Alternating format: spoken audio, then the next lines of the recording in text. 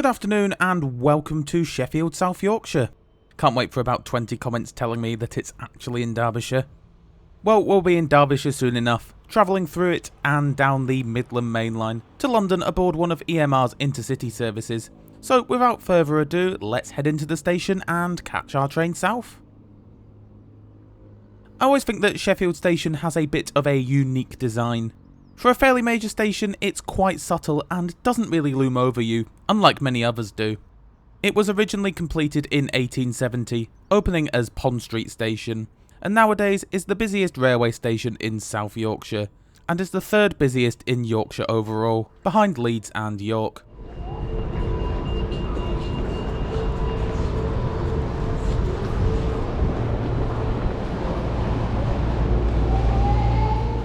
As we enter, off to the left you'll find the ticket sales counters and departure boards, as well as self-service ticket machines. As for the rest of the concourse, well, it's fairly basic, but you'll still find everything that you might need, including the obligatory WH Smiths, and there's also a Burger King tucked away in the corner too. Anyway, time to head over the footbridge to platform 2 to await the arrival of our train. The service we'll be catching today is the 1437 to London St Pancras International.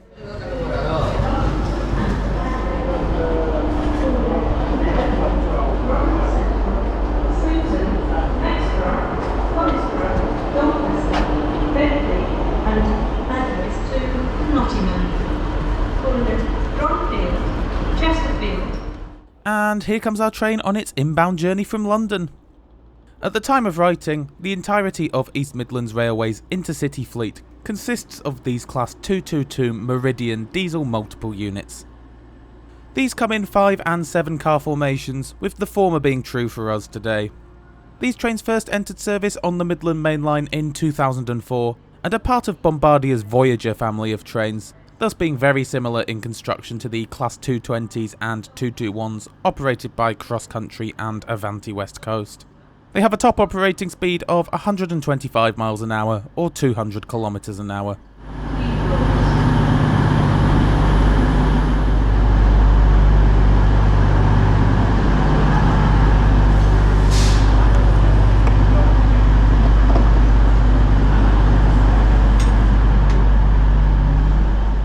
The interiors, however, are very different to their Avanti and Cross Country counterparts, being much more elegant and offering more of a classic vibe, something which is often missing in droves on our railways here in Britain today. Towards the front of the train, you'll find first class, behind which you'll find standard class, which is where we'll be residing today.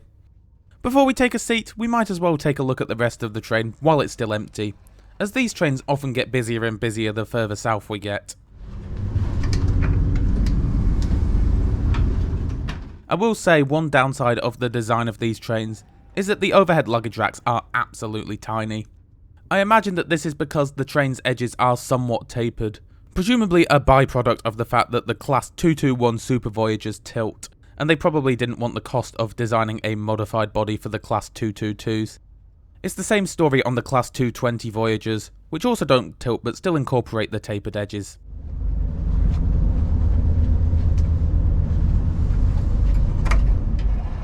In the middle of the train you'll find the buffet car, where you can buy drinks and snacks.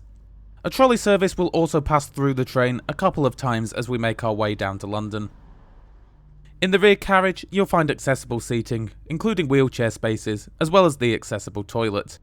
However, good luck if you wanted to use it, as it was locked out of service, with the only other accessible toilet being at the very front of the train in first class. Not exactly great if you're in a wheelchair and need the toilet, as I imagine it wouldn't exactly be easy to make your way to the other end of the train.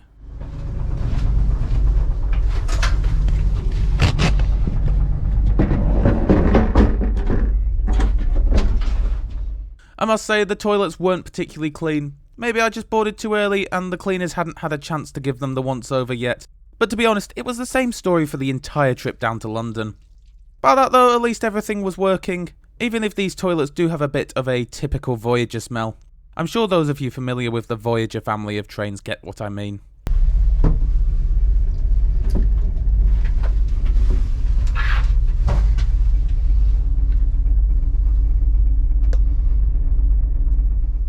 The seats have a bit of a classic bench style design, similar to what you may have found on older trains, somewhat reminiscent of what you might have found on the old Mark 1 coaches. As standard class goes, legroom is pretty good, even for a fairly tall fella such as me. The rest is nothing out of the ordinary. There's a tray table and a plug socket, and the seats themselves are very comfortable too.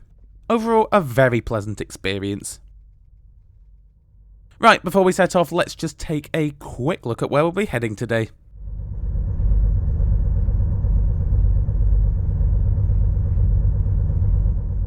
After leaving Sheffield, we'll make a few stops, namely in Chesterfield, Derby and Leicester, before running non-stop to St Pancras. Scheduled travel time is 2 hours and 2 minutes, and will see us covering a distance of around 165 miles, or 265 kilometres. And we depart Sheffield bang on time.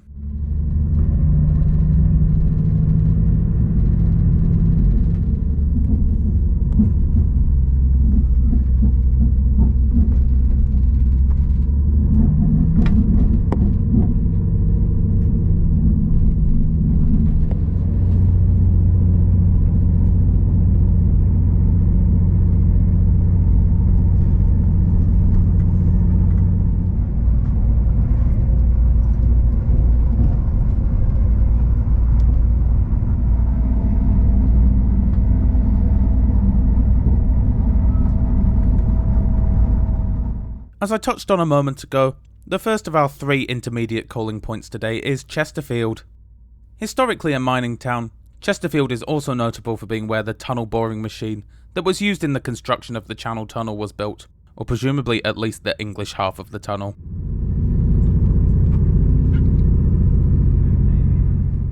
I must say, what a lovely day it was for a train ride when I filmed this back in May. The weather back then certainly beats the July we've just had here in the UK, which was one of the dullest and wettest on record, with August set to be more of the same. You've just got to love British summer. Do you know what else would be lovely? Ad-free access to videos. Now, I appreciate that ads are annoying, but they do form a crucial part of the channel's income, making all of these videos possible. However, if you want to do away with the ads at a reasonable price, then consider joining either my Patreon or channel members pages, where you'll get ad-free access to my videos from just £1 a month. You'll find the relevant links in the top right corner of the screen now, as well as in the description below. Up next today is Derby.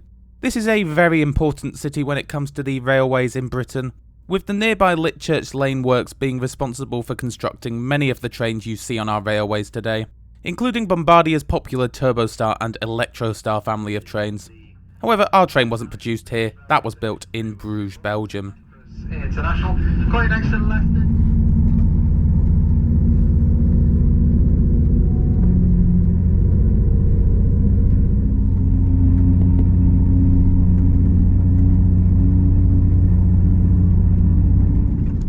After passing Etches Park Depot, we catch a very brief glimpse of Pride Park. The stadium can hold just shy of 33,000 people, and is home of 3rd tier football team Derby County, who hold the record for the least number of points gained in a Premier League season, amassing just 11 points and just 1 win in the 2007-8 season. While it would seem that many clubs have since tried to beat that record, it still stands to this day. Even the absolute abysmal team I had the misfortune of following last season still somehow managed to get 33 points.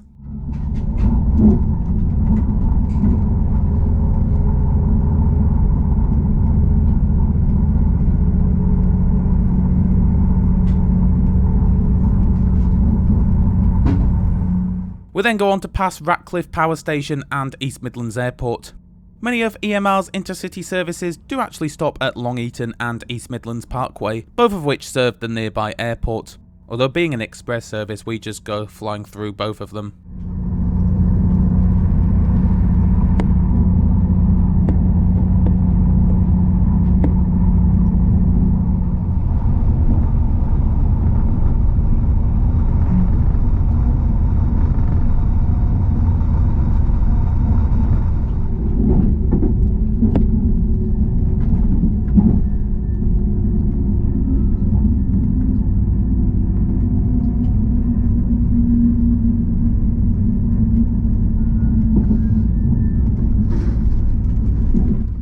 Our next and final intermediate stop is Leicester.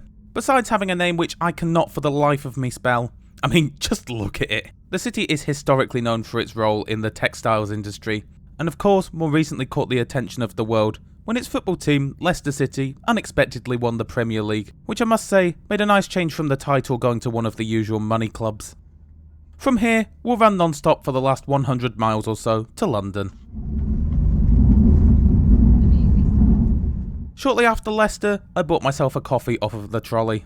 It was honestly absolutely revolting being that pre-made Nescafe powder stuff. Not too long after leaving Leicester, we found ourselves running under wires. Despite work being underway to electrify the entire Midland Main Line, much of it still isn't, hence all of the diesel trains.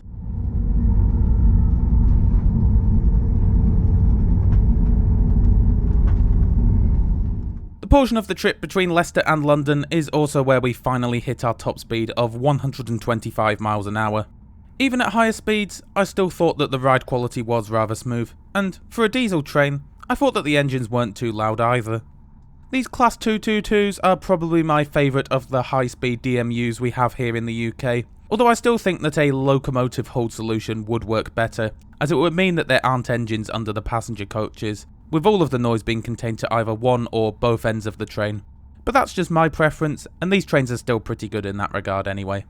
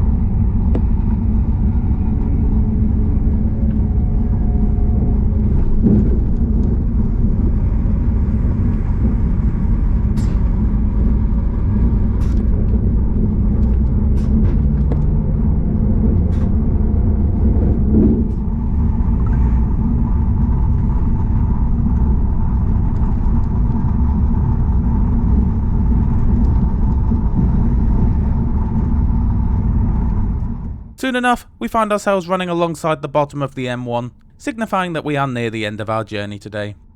Overall, I was very happy with both the comfort of the seats and the ride quality of the train.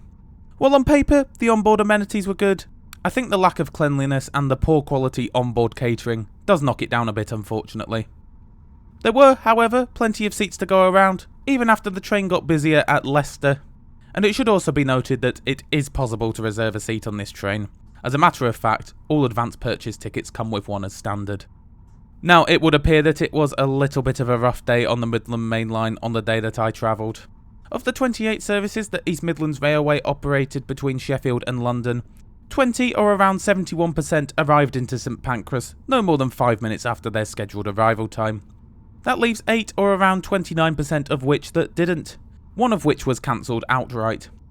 Now, while hardly the worst disruption in the history of the Midland Main Line, the fact that nearly a third of services were either late or cancelled isn't exactly great either. What I did think was great, or at very least good, was the price of my ticket, with my one-way advance single costing me £13.70, including railcard discount of a third. The same journey without a railcard would have cost £20.80. So that's my take on EMR's intercity services and their Meridians. Great trains and fair fares, just let down a bit by a slight lack of cleanliness and lacklustre catering. However, those are just my views, so be sure to let me know yours in the comments below.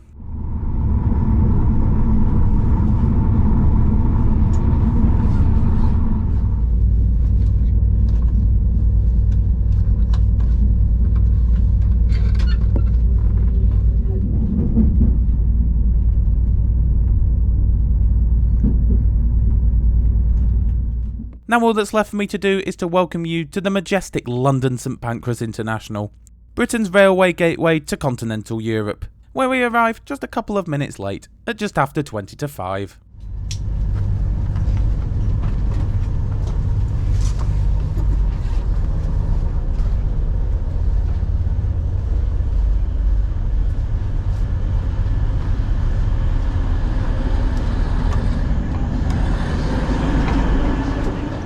With that, I'm off to Victoria to catch my connecting train to the south coast.